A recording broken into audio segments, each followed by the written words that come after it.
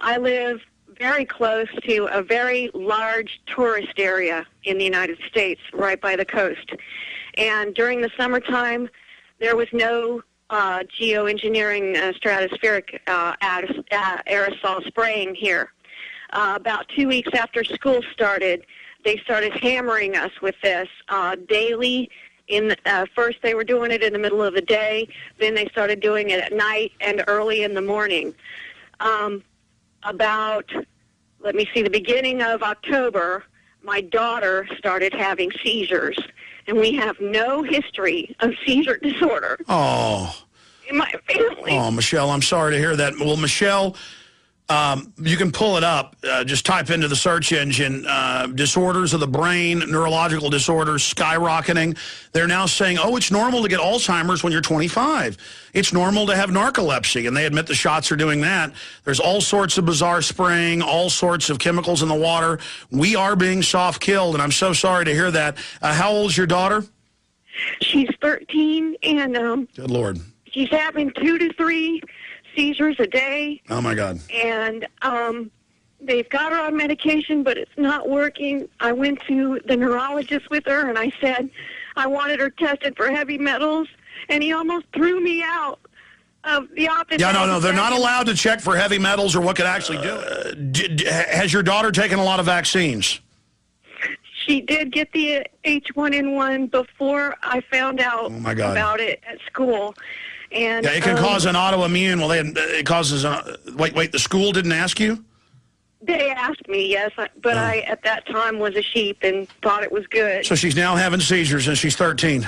Yes, sir, and we don't know the cause. My doctor, the neurologist, has admitted he doesn't know the cause, but he refuses to check her for heavy metals.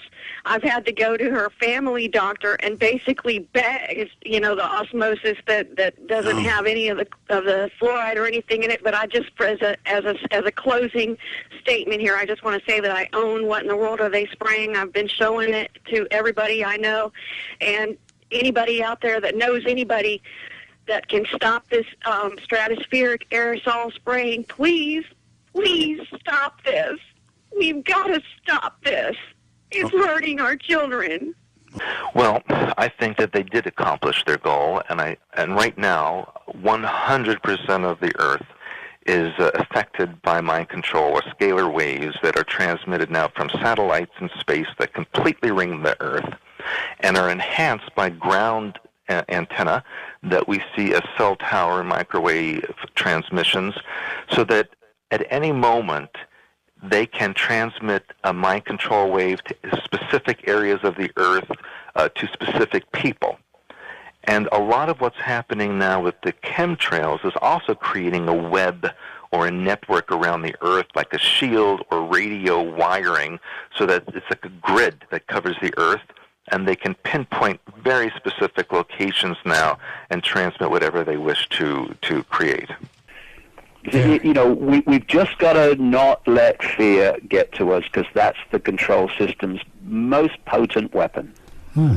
Well, I think that, the spraying from the air, I've been to 50 countries over the last 20 years, and even when I visit my friend Credo Mutwa, the Zulu shaman in South Africa in the Kalahari Desert, you look up in the sky and the bloody chemtrails are there. They're everywhere. And there's obviously a reason for that. And one of the things I've learned over this 20 years of research is that there's never one reason for anything.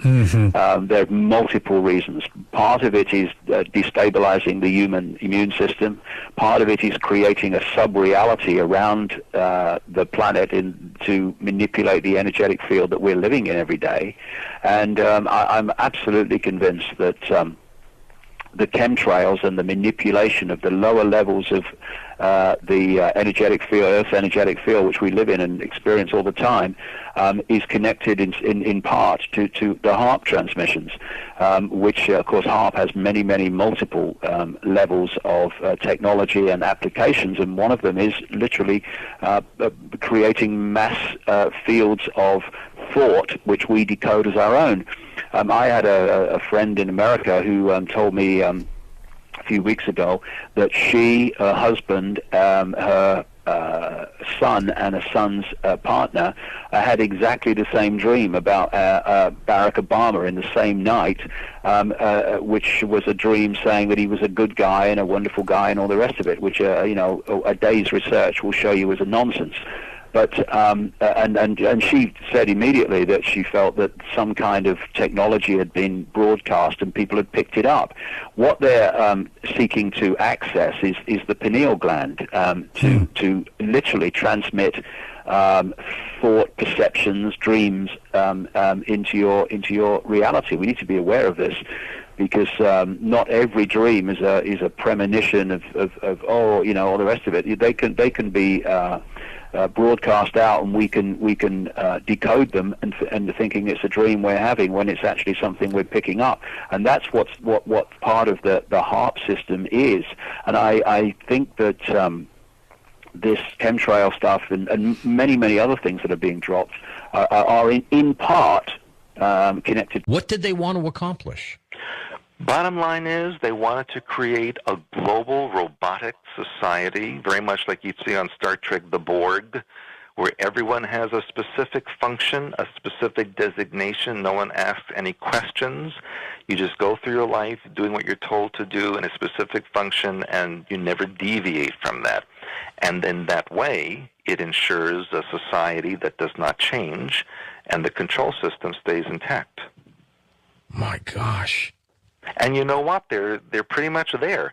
When I look out there in the public and I hear how people react to things, they just believe whatever they're told. No one questions anything. Yes, there's a few people who like myself, who make a lot of noise, but for the most part, people just follow along and don't question anything. Chemtrails are real. Until 1996, all condensation ice crystal trails only formed at 20,000 feet and higher, generally in the winter months, and they faded out in a few seconds to the maximum of 1 minute.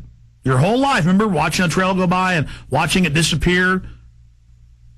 Then suddenly in 96, before anybody was even talking about chemtrails, I would notice, man, why do those stay there? I'd be gardening, because my parents had a couple acres in the middle of town. I would go garden, because I like planting stuff. Call me a weirdo. But I'd be out there growing watermelons and stuff and stomping around and the flowers and the bees. And I'd go, man, that trail's been up there for like an hour and it's getting bigger, turning into a cloud. What's going on? It's like cloud seeding. Funny about people that are out there going like, they're not doing chemtrails. It's like, well, okay, well, your house is next to mine, so you're breathing the same stuff. So, have fun with when your child gets a giant brain tumor too. They're bastards, man. Stop killing us. You can find thousands of mainstream government university programs where they spray the clouds and seed the clouds, and where they're terraforming the planet, changing its atmosphere. I believe the way they're hyping global warming, that they know they're even changing jet streams now, that they are going to alter the weather, they're going to create tsunamis, which is declassified they can do, that they are going to create calamities, and that's why people keep saying, oh, they've been disproven global warming, the Earth's cooling. Oh, it's been proven that they're cooling. That's what the science shows they're doing, and it's going to cause calamities, and everybody's going to beg them to save them. Because the jets hardly ever leave our skies alone so that we get deep blue skies. So, and I don't believe that commercial airlines are as engaged in this process as everyone wants to think, or our government wants us to think, because they can't afford to do the loops in the loop. They can't afford to go off in all directions, because they have to be on a schedule. They fly straight lines. They're trying to conserve fuel. They're cutting back. And so I can't believe that airlines have the money to do the loop and go through keeping planes up, doing all the things that we see in the skies these days. There's tens of thousands of declassified examples of spraying chemicals, biologicals, and radiologicals on us. Of them, In-Game covers this. How they mainstream admitted, march U.S. troops into chambers, hit them with nerve gas, and dissect their bodies. Young volunteer sergeants, they don't even tell them what it is. They go, oh, we're just going to test a flu bug on you. You're going to get 3 days off after you're sick. Will you do this for your country? Yeah. They march them in, nerve gas them, and it's over. They tell their family they died of the flu. Declassify me. That's who you work for, police and military. This is who you work for. They're going to kill you, cops. After they're done using you, it's just all over, man. And let me tell the citizens something. You better say no to all of this. You better not go along with this. You better warn everybody. I mean, that's what makes me so mad about my detractors. Not that they're detracting me, but that I am desperately fighting as hard as I can to get everybody to warn everybody about the eugenics operation. And whoever runs it, whoever's at the top of it, they're doing it, man. And we got to warn people.